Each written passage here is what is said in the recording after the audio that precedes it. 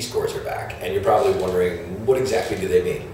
First of all, no stress. When they come back, it's basically just giving you a benchmark of where you were scoring back in October.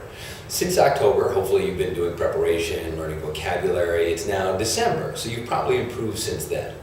When we take a look at when you're actually going to take the test, January, March, May, June, it's still months away. So really what you're looking at is just, hey, how was I doing 2 months ago?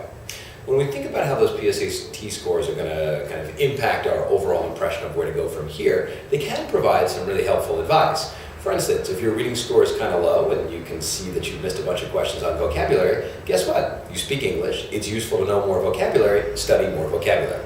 In the math section, if the score is lower than you think and you're taking a look at the questions that you've missed, it might be that you missed some early questions. The math questions on the SAT and the PSAT go in increasing difficulty. So the easier questions are the questions that come earlier in the section. If you missed number 2, that's probably because of some careless mistake. And you might need to use the great A-list technique, RTFQ, which stands for read the question.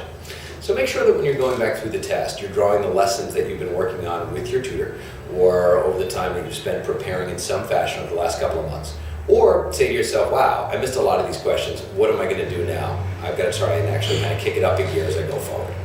Finally, in the writing section, when you're taking a look at that score, remember most students don't have a good background when it comes to English grammar. Teachers don't like to teach it. Students don't like to learn it. So we all kind of pretend that it just doesn't exist. That obviously is not going to work.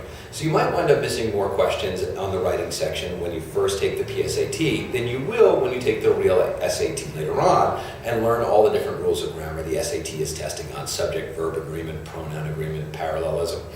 In short, the PSAT scores are back, but when you take a look at them, they're really something that should be used more as a general guide to how you were scoring in the fall of your junior year than exactly what you're going to get when you finish and take the SAT in the spring of your junior year.